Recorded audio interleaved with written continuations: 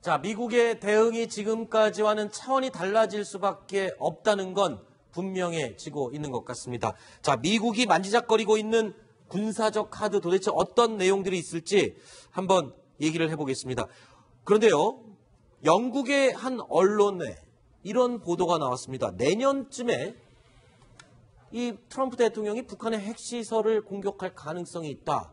이런 보도가 나왔는데 일단 영국의 언론에서 보도한 내용이긴 한데 가능성이 있는 얘기인지요? 어떻게 보십니까? 김정곤 교수님 먼저. 저는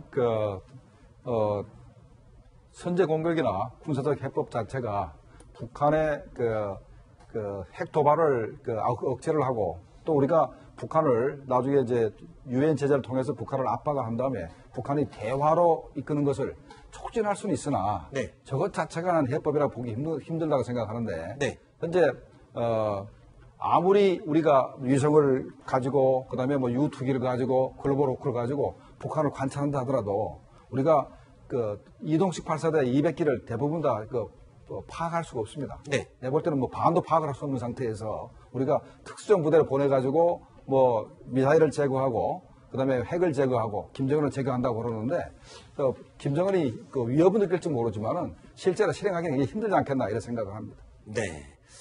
자, 그런데 중국 전문가들은 지금 미국의 선제 공격 가능성을 굉장히 낮게 평가하고 있다면서요?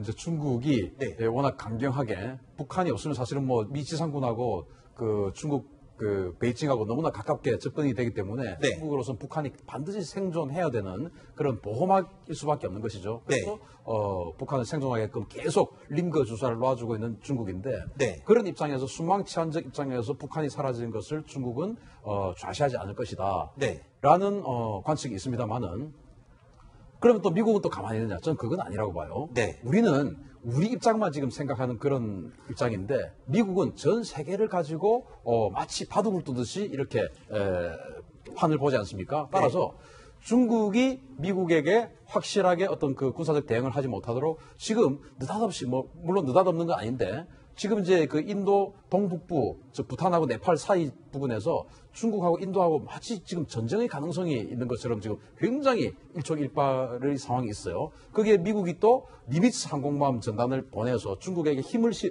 인도에게 힘을 실어주는 네. 합동 기동 훈련을 했습니다.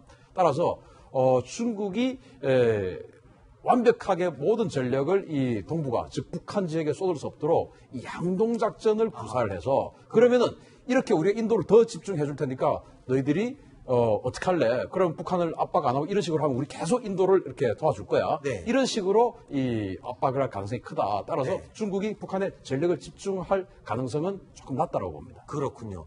자, 그래서요, 저희가 미국 트럼프 대통령이 과연 북한에 대해서 어떤 군사적 카드를 쓸 수 있을지 몇 가지를 예측을 해봤습니다. 자, 죽음의 백조 날아오르다. 지금 실제로 보여줬죠. 네. 훈련을 하고 있습니다. 또 이라크전 이후에 15전 만에 실제 폭탄을 투하하는 훈련을 보여줬습니다. 무력 시위를 했죠. 다음 세 번째입니다. 전설의 미군 제82 공수사단이 긴급 전개 훈련을 했다고 하는데 이건 어떤 의미가 있는 겁니까? 제가 이제 저거를 갖다가 2번하고 3번 요걸 좀 설명을 드릴게요. 네네. 2번 이라크전 이후에 15년 만에 등장한 B-52의 전단폭탄. 전단폭탄이 뭐냐면 전단 B라. 전단지예요, 전단지. 네. 저 폭탄 안에 전단지가 6만 장이 들어있습니다. 네. 그럼 전단폭탄을 왜 살포할까요? 방송이 안 되는 무언가의 지역에 뭔가 선전 활동을 할 이유가 있을 때 저 전단폭탄을 터뜨린 거죠. 네. 바로 이라크전을 하고 후세인을 잡고 나서 이라크 국민들을 안심시키기 위해서 전단폭탄을 B-52가 초안했었습니다. 일종의 심리전을 치르겠다. 심리전 하는 그 거죠. 얘기군요. 예. 그럼 북한이 언론이 제대로 작동됩니까? 아니죠. 그래서 북한에 혹시 급변 사태가 일으켜졌을 때 네. 그 북한 지역을 신속하게 민심을 안정시키기 위해서 15년 만에 훈련을 처음으로 지난 7월 25일 날 미 본토 사막에서 전단폭탄 투하하는 훈련을 했다는 것은 미국이 저 심리전을 방송 안 통하는 어딘가에서 지금 할 일이 생겼다는 거 아니겠습니까? 네. 그래서 그런 걸 봤을 때 이거 북한 아닐까라는 생각을 하게 되는 것이고 네. 또 미군 제82 공수사단 이게 이제 올 아메리칸이라는 그런 닉네임을 가진 사단인데요. 이 공수사단 즉 전부 다 공수부대입니다. 우리 공수특전사처럼 하늘에서 낙하해서 전투를 하는 부대인데 이게 지금 사단 전체가 7월 24일부터 긴급 전개훈련, 낙하훈련을 시작을 했어요. 또 여기와 같이 즈음해서 산악사단이라고 있습니다. 네. 그 10산악사단, 산악사단, 말 그대로 산악에서 작전한 거죠. 네. 산악 어딥니까? 개마고원이 산악입니다. 거기 이번에 미사일 쐈던 핵시설이 모여있는 곳 그렇죠. 아닙니까? 자강도도 산악입니다. 네. 산악사단이 지금 군산공항을 통해서 우리나라 들어오고 있고 미본토에서도 훈련을 하고 있어요. 네. 제가 지금 가진 정보에 의하면. 네. 그래서 이런 것을 봤을 때 굉장히 가능성 높은 시그널이다. 아하. 또 미 최고위층이 해병대 출신들이 지금 막 그 자리를 차지하고 있는데 예를 들어서 국방부 장관 제임스 매티스 해병대 포스타 출신입니다. 네. 그리고 지금 현재 던포드 합참의장 해병대 포스타입니다. 네. 그리고 대통령 비서실장이 그저께 해병대 포스타가 또 임명됐어요. 네. 비서실장이 얼마나 과격한 사람인가 하면은 네. 자기가 이라크전 할 때 장군으로 진급했는데 LA타임스 기자가 지금 바그다드 들어가면 그 이라크 사람들이 생화학 무기 쓸 건데 겁 안 나냐 이렇게 하니까 이 존 켈리 지금 비서실장이 그때 뭐라고 했냐 웃기지 마. 우리는 해병이야. 우리는 해병이야. 해병이 우리 해병이 어떤 든지 알아? 과다카날 또 이오지마 이런 데를 잡아버린 사람들이야. 그런데 바그다드 이건 껌이야. 이렇게 과격한 이야기를 했던 사람들이거든요. 결국 전쟁을 두려워하지 않는 사람들이 이 미국의 지금 군사적 어떤 그 여러 가지 상황을 장악하고 있기 때문에 좀 더 결심하는데 조금 더 위험하지 않을까 생각합니다. 네. 자, 그런데 좀 궁금한 게 있습니다. 요즘 중국의 움직임입니다. 사실 심야에 북한에서 ICBM을 쏘아 올렸는데 중국이 그렇게 예민한 반응을 보이거나 아니면 큰 관심을 보이지 않아서 이상하다 싶었는데 아주 대대적인 행사를 하고 있었습니다. 열병식을 열었었죠. 자, 중국과 러시아의 열병식. 굉장한 무력 시위라고 해도 과언이 아니겠죠. 지금 한반도를 둘러싸고 열강들이 군사 시위를 하고 있는 것으로 봐야 되는 거죠. 어떻습니까? 그러니까 시진핑 주석이 이제 열병식 했는데 저게 언제냐면 건군절에 열병식을 했거든요. 네. 지금까지는 건군절에 열병식을 한 적이 한 번도 없고 그다음에 또 시진핑 주석이 양복 입고 이렇게 열병식을 받았지 저렇게 전투복을 입고 열병식 한 적이 처음입니다. 그렇기 네. 때문에 상당히 그 시진핑도 현재 자기네가 처한 현재 안보 정세가 굉장히 그 긴박하다. 뭐 인도학 문제도 있고 그다음에 이제 그 한반도 문제도 있고 하기 때문에 그래서 이제 시진핑이 이렇게 건군절에 또 이렇게 전투복을 입고 네. 열병식을 한 것 같습니다. 네. 자, 시진핑 주석의 열병식 참석 모습 화면을 잠깐 보셨는데요. 시진핑 주석의 목소리를 잠깐 들어보시죠. 同志们好，同志们辛苦了。我们的英雄军队有信心、有能力打败一切来犯之敌。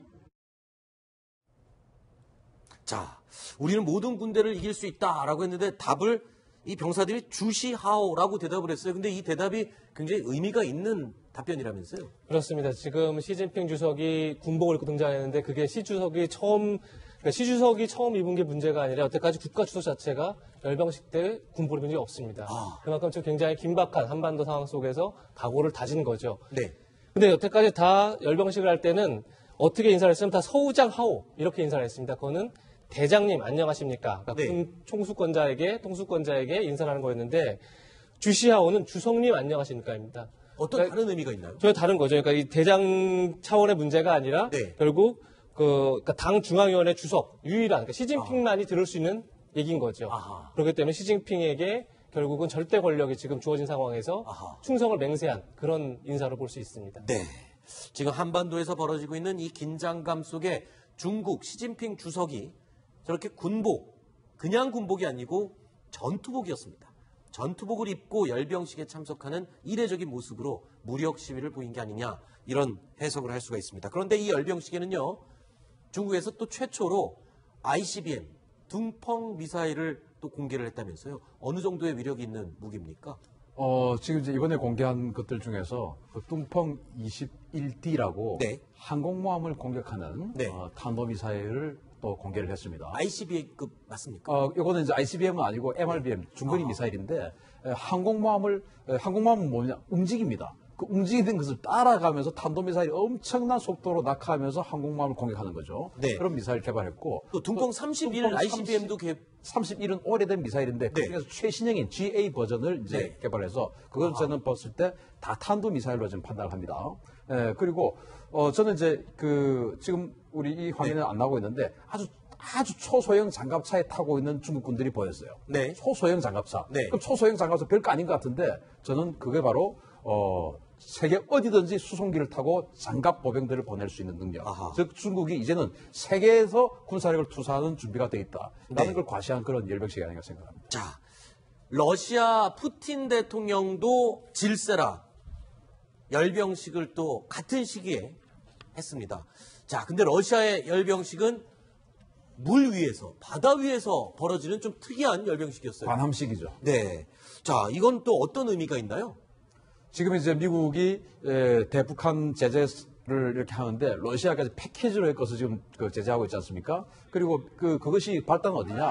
바로 러시아가 크림반도를 침공했을 때 사실은 미국이 우크라이나의 핵을 수거를 하면서 러시아의 어떤 군사적 공격이 있을 때 지켜주겠다라고 약속했는데 사실은 저때 못 지켜줬죠. 네. 그것을 미국이 제재로서 지금 보복을 하고 있는데 네. 여기에 지금 이제 러시아가 지금 상당히 아픈 상황 아니겠습니까? 네. 그러면서 이제 우리가 가만히 있지 않는다. 네. 푸틴이 지금 가만히 있지 않겠다고 했거든요. 그러면서 자신들의 해군력을 한번 과시를 했습니다. 네.